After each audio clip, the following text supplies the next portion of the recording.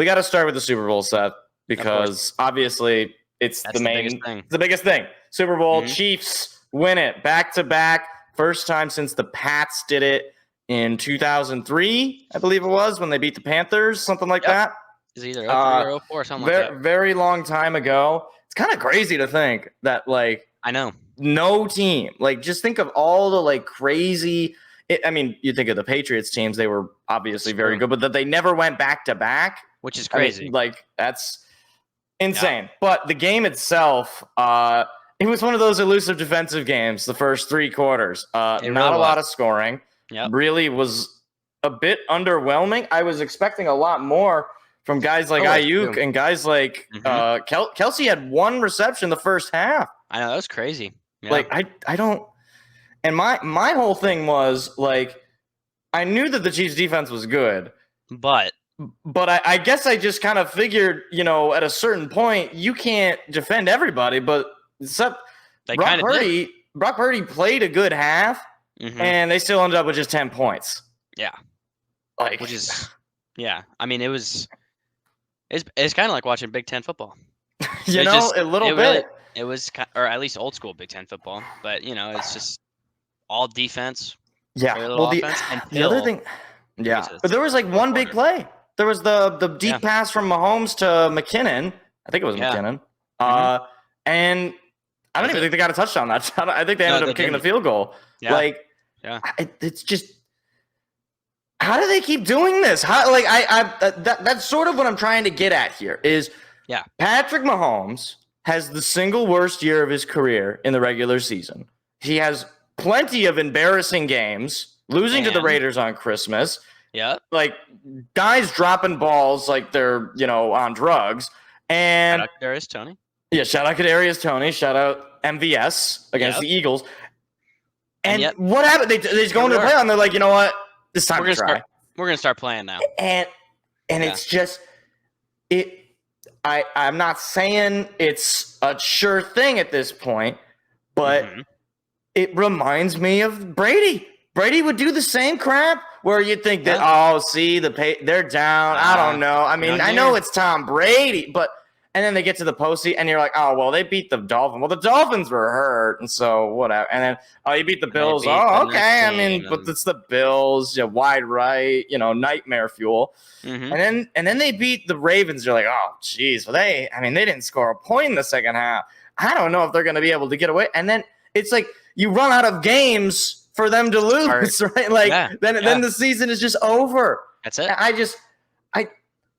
Obviously at this point they are a dynasty. You win 3 championships in 5 years. It's out of the question. This is, but I feel like you, the AFC fan here, and obviously in the Chiefs division, you gotta feel like you just got the scene in Megamind where the new superhero, I can't think of his name, but Jonah Hill's character, he saves the city, and really you're under new management. You went from the Patriots being your nightmare in the playoffs to now the Chiefs being the new Patriots. Yeah, and I mean, in the words of Stephen A. This is bad. This is very, very bad. Thank you, Stephen A. That's true. I mean, I couldn't have said it better.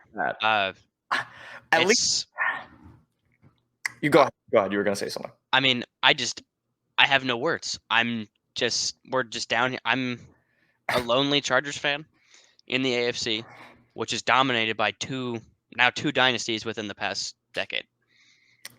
Yeah. I don't know what to do. Well, the other thing that's a crazy stat for you, so Patrick Mahomes has lost just 3 playoff games in his career. Which is insane. He has only lost those games to 2 separate quarterbacks, one of them being Tom Brady, who he lost to the Super Bowl in probably his worst actual postseason game. But that game he didn't have an O-line. His O-line was dead. No way he was going to make up for that. No. And then the other game he lost to Tom Brady was the AFC Championship game where Tom Brady went on to win the Super Bowl. So he lost to 2 Super Bowl champion Tom Brady. He lost to 2 Super Bowl champion Tom Brady teams. And he lost to 1 Joe Burrow. The Joe Burrow. And my question is Joe Burrow the only hope for the AFC to challenge Mahomes? Like, I think he has to be, right? He's the only guy currently in the league that has beaten him in the playoffs. And he beat him on the road. He beat him Yeah. in Arrowhead. Yeah. And looking at that, I mean, I'm biased in saying I hope the Chargers would like to, or Justin Herbert likes to, now we don't have Brandon Staley. Yeah, you have an actual offensive-minded coach in Jim Harbaugh. Jim Harbaugh. But I don't know. I mean, like, based on all that we know, I'd 100% say it's just Joe Burrow. And it's all based on how the Bengals did. Like, obviously they were all hurt, so they had a down year. But it's like you go into I really was hoping that the Ravens would beat the Chiefs. I really thought they would. But then Lamar Jackson did what he does in the postseason. Right. I mean, I posted the clip about it. I mean, it's to the point where how many times, I'm speaking on Lamar Jackson, how many times do you have to do something before it's just who you are? And speaking on that, to look at San Francisco, Kyle Shanahan. How many times does a guy have to lose in the Super Bowl with a double-digit lead in the second half before it's just kind of who you are? Yeah. Like, it's with the Falcons. Yeah, he did it with the Falcons. To be fair, won the head coach, OC. He doesn't. But still, it's still like his offense that had a 25-point lead going into the fourth quarter or going into the late third quarter. Yeah. He blew that. And then 2020, same team, same story. Blew that game. I think that game was even worse. I think that game was late into the third quarter as well, although it was not 28-3. But then this game where it's like, and I was talking to my brother about it's like, this was the year to beat Mahomes. He doesn't have a true wideout one. His best wide receiver this year was a rookie in Rashee Rice. Travis Kelce is old and slow and not who he was before. Yeah. They're built on a defense, right? Yeah. Like, all you gotta do is take advantage of it. I mean, heck, Patrick Mahomes threw an interception. But they showed a stat. That was his first postseason interception in like 200 snaps or so, like 1,000 snaps. Like, and they didn't score. And they didn't score on the Pacheco fumble. Another guy who never fumbles the ball. Like, and I know that's not exactly Kyle Shanahan's thing, but the thing that is Kyle Shanahan that a lot of people are talking about is the overtime thing. Now, at the time, we were all watching the game together, and like, I didn't even think about it. I was like, oh, yeah, you take the ball. But then I started to think, and I started to hear other people talking about it. It's like, well, it didn't matter what they did on that opening drive. Like, they could have gone 3-and-out. They could have – it didn't – like, the Chiefs had to score regardless. Yeah. They were going to score a touchdown. Like, it's like college now. Like, the new rules are such that you want to be the one who wants to defer. And they won the toss and took the ball. And then you got all these reports, and I don't know how true it is, of player. We didn't know what the overtime rule. There was no planning for overtime. I saw a lot of that, yeah. And I'm like, okay, Kyle, you are allegedly a top coach in the league, and you're telling me going into the Super Bowl, you didn't practice for overtime? Yeah. Andy Reid practiced for – they talked about that. Yeah, we practiced for overtime. Because you don't plan on overtime, but you have to practice. It's like not practicing onside kicks. I was going to say, it's part of the game. Like, you don't know. It's very low chance that it happens. Right. It had only happened one time, which ironically enough was Kyle Shanahan. So he's experienced the 2 overtimes, and he's lost both of those games. Yeah, which is like maybe he just had PTSD, and he was just like, well, we want to just get the ball because last time Patriots got the ball, we lost. Exactly. Yeah, I don't know what that deal is, but like seriously, like you would think you lose an overtime game like he did in the previous Super Bowl, right? Or that he did, and then you're like, no, I'm not going to prepare for it. It's not like I had to do it before. You know what I mean? It just doesn't sit well with me. And I like Kyle Shanahan, but he's got this kind of allure of like, he seems a little antisocial. He seems sort of in his own little world a lot. Like, I don't know. Like, I think he has to be their guy, just given the stretch of success that he's put them in, at least in the regular season. And what is it? 5 straight NFC Championship games or whatever it is. Like, or not 5 straight, but like it was because he didn't go in 21. But like basically every time they made the playoffs, they go to the NFC Championship. Yeah. Like, at some point, eventually you're going to hit gold, right? At some point, you keep hitting the slot machine. Eventually, you're going to get 7s across the board, right? Yep. But and then to turn then to the players on the field, Brock Purdy.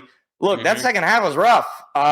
Like, how many drives are you going to take? Where they showed a stat during the game where it was like they had like no first downs in the third quarter, and it was like 5 minutes left to go.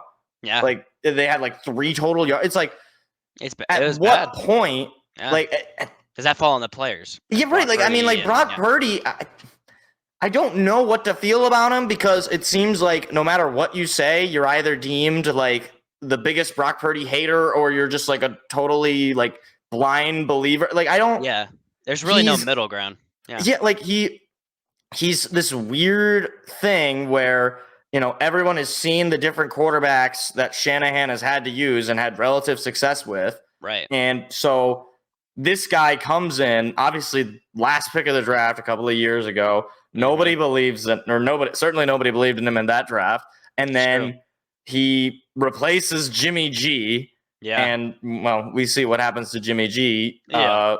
And you just don't really know what he, like, you're not paying him anything, but like, you know, his rookie deal is going to end in a couple of years, right? Yeah, like, what are you going to lock this guy up? I was going to say, I expect he's going to get paid by somebody if you don't pay him.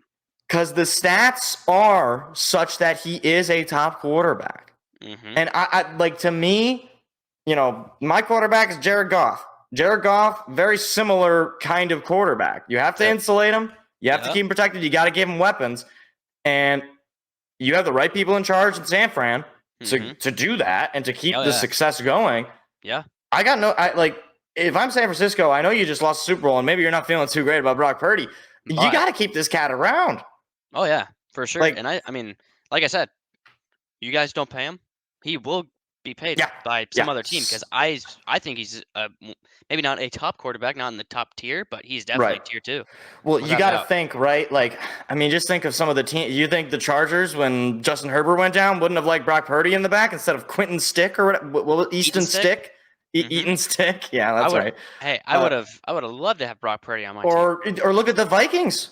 I mean, like, we don't know what's going to happen with Kirko or the Commanders. I mean, they might be taking a quarterback this draft, but like, I'm just saying, like, the Patriots, all these teams are, again, some of these teams are in place to take a quarterback, but the point is, you know, it's not easy to come by a quarterback who game in, game out is going to give you 250 plus yards and touchdown. And Brock Purdy did that. And throwing the ball so consistently as he does, I mean, his completion percentage is one of the highest in the league, correct? Yeah, something like that. I mean, he's unbelievable. Loss is not on Purdy. Played well enough to win. I agree. I think the loss was a lot of just things going wrong. It was similar to the Lions-Niners game. It was like you had the C-Mac fumble in the opening drive. You had the botched punt, which I mean, we were watching it live, and I was like, just dive on the ball. Like, I get it. Your instinct is to scoop it. No, just go down. Because just even if you don't get anything in that possession, you at least don't give them red zone, right? Yeah. And that was what happened. It just it's so tragic for the 49ers because, again, it's another one of those games that they had. And without a doubt. Yeah. And there was a stat I saw here. Let me get it to load here. So somebody posted this on Reddit. So on the Kyle Shanahan note, I forgot to bring this up. So in 2016, the Falcons at the highest had a 99.6% win probability. In 2019-2020, the 49ers had a 96.1% win probability. This is all ESPN analytics, by the way. I'm seeing a theme here. Yeah. And then in 23, 87.7 win probability. And I don't know if this Redditor's math is correct, but he said to lose all 3 games is a 0.0019188% chance. We're talking like way less than 1. Yeah, we're talking thousands of a percent. Like we're like to the point where it's like the fact that all 3 of these games were lost is insanely like an anomaly. Yeah. Like, no, seriously. Yeah. This can I just say I hate prevent defense. The NFL teams have to stop giving up 5 to 4 yards completions because soon their opponents end up 10 yards. Like, yes. Yeah, like that was the other thing that I wanted to say that this reminded me of a Brady-esque because it was like they were just dunking and diming. It was like little screens to Kelsey, little screens to Rashid, it was like and that was like they just keep going down the field, guys. Like they're not trying the deep ball threat. You know, Yeah. like it Because they doesn't know make they're any going to get those short screens. And it's how it funny, works. like thinking about it, because I know, like that was one of the knocks that people Mhm. had against Brady. It was like, oh, look, anybody could do it. It's like, well, He just yeah, passes it to but like Gronk for 5 everybody yards. is like, it's Yeah. you play to win the game. You don't play for a highlight reel. You want to play for a highlight reel? Go be Lamar Jackson. Shout out AFC Championship game. But like it's true. You play to win a Super Bowl. Ow! That's Lamar Jackson in the championship game. It's true. Thank you, Chief Stephen. Thank you, Stephen A. Well, yeah. He's not fat. Hey there, what you just watched was actually a clip from a larger show that we do every Tuesday night. What are you doing Tuesday night? Go ahead and hit the subscribe button and the like button so that you don't miss out on any more of our weekly shows every single Tuesday at 7 p.m. Eastern Standard Time. Hope to see you there.